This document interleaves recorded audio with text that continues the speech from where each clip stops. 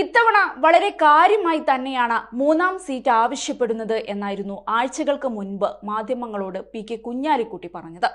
ചർച്ചകൾ നടക്കുന്നു എന്നും അദ്ദേഹം എടുത്തു പറഞ്ഞിരുന്നു. പതിവ് പോലെ കോൺഗ്രസ് വിട്ടുവീഴ്ചയ്ക്ക് തയ്യാറായിട്ടില്ല. ചർച്ച നടക്കുന്നു എന്ന് പി.കെ. കുഞ്ഞാലിക്കുട്ടി കഴിഞ്ഞ ദിവസവും മാധ്യമങ്ങളോട് പ്രതികരിച്ചിട്ടുണ്ട്. എന്നാൽ മുസ്ലിം ലീഗിന് മൂന്നാം സീറ്റ് ഇല്ല എന്നാണ് ഒടുവിൽ ലഭിക്കുന്ന വിവരം. മൂന്നാം സീറ്റ് വേണമെന്ന വികാരം മുസ്ലിം ലീഗ് അണികൾക്കിടയിൽ ശക്തവുമാണ്. ലീഗ് ഇല്ലെങ്കിൽ കോൺഗ്രസ് ഇല്ല. ലീഗിന്റെ പിന്തുണ കൊണ്ടാണ് മലബാറിലെ സീറ്റുകളിൽ കോൺഗ്രസ് ജയിക്കുന്നത് തുടങ്ങിയ കാര്യങ്ങളാണ് ലീഗ് പ്രാദേശിക നേതാക്കൾ പങ്കുവച്ചിരുന്ന വികാരം. എന്നാൽ ചർച്ചകൾക്കൊടുവിൽ മൂന്നാം സീറ്റ് കിട്ടില്ലെന്ന് ഏതാണ്ട് ഉറപ്പായി കഴിഞ്ഞു. 2 ദിവസത്തിനകം പ്രഖ്യാപനമുണ്ടാകും. ഇനി ഒഴിവ് വരുന്ന രാജ്യസഭാ സീറ്റ് മുസ്ലിം ലീഗിന് നൽകാമെന്നാണ് കോൺഗ്രസിൽ വരുന്ന ധാരണ. നിയമസഭയിലെ അംഗഫലം അനുസരിച്ച് ഒരു രാജ്യസഭാ സീറ്റിലാണ് UDFന് ജയിക്കാൻ സാധിക്കുക. ഇനി ഒഴിവ് വരുമ്പോൾ ആ സീറ്റ് ലീഗിന് നൽകാമെന്ന ഫോർമുലയാണ് അണിയറയിൽ ഒരുങ്ങിയിരിക്കുന്നത്. അതിനിടെ സ്ഥാനാർത്ഥികളെ വെച്ചുമാറാനും ലീഗിൽ തീരുമാനമായിട്ടുണ്ട്.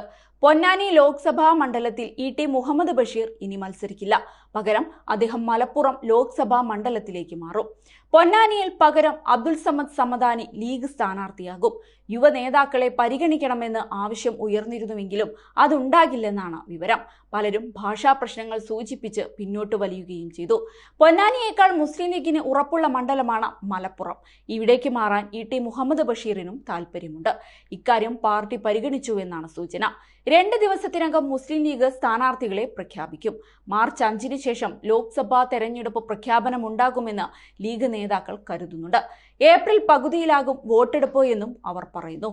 പൊന്നാനി മണ്ഡലത്തിന് കീഴിലുള്ള നിയമസഭാ മണ്ഡലങ്ങളിൽ ഭൂരിഭാഗവും CPMന്റെ കൈവശമാണ്. താനൂർ, പൊന്നാനി, തവനൂർ, തൃത്താല എന്നീ മണ്ഡലങ്ങളെല്ലാം CPMനൊപ്പം നിൽക്കുമ്പോൾ തിരൂർ, കോട്ടയ്ക്കൽ, തിരൂരങ്ങാടി മണ്ഡലങ്ങൾ മുസ്ലിം ലീഗിനൊപ്പമാണ്.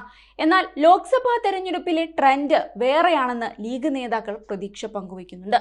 അതേസമയം ലോക്സഭാ തെരഞ്ഞെടുപ്പിൽ കോഴിക്കോട് സീറ്റിൽ അവകാശവാദം ഉന്നയിക്കാൻ LDF ഘടകകക്ഷികളായ INLും RJDയും എത്തിയത് ഈ അടുത്ത കാലത്താണ്. വരാനിരിക്കുന്ന മുന്നണി യോഗത്തിൽ ഇരു പാർട്ടികളും തങ്ങളുടെ ആവശ്യം മുന്നണിയെ അറിയിക്കും. ഇത് ആദ്യമായാണ് INL ലോക്സഭാ സീറ്റിൽ അവകാശവാദം ഉന്നയിക്കാൻ പോകുന്നത്. ഇത് സംബന്ധിച്ച തീരുമാനം കഴിഞ്ഞ INL സംസ്ഥാന സമിതി യോഗത്തിൽ ഉണ്ടായിരുന്നു.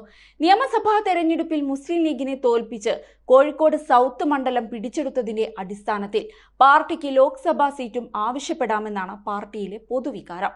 കോഴിക്കോട് നോർത്തിലെ MLA ആയിരുന്ന പ്രദീപ് കുമാർ ആയിരുന്നു കഴിഞ്ഞ തവണ LDFന് വേണ്ടി മണ്ഡലത്തിൽ നിന്നും മത്സരിച്ചിരുന്നത്. 2009 മുതൽ കോഴിക്കോട് സീറ്റിൽ LDF പരാജയപ്പെടുകയാണ്. അതേസമയം സീറ്റ് സംബന്ധിച്ച് വലിയ തർക്കത്തിലേക്കോ പിടിവാശിയിലേക്കോ പോകില്ലെന്നും INL നേതാക്കൾ ഉറപ്പു നൽകിയിട്ടുണ്ട്. ഉഭയകക്ഷി ചർച്ചയിലൂടെ ഇക്കാര്യത്തിൽ തീരുമാനത്തിലെത്തണമെന്നാണ് സംസ്ഥാന സമിതി യോഗത്തിലെ തീരുമാനം.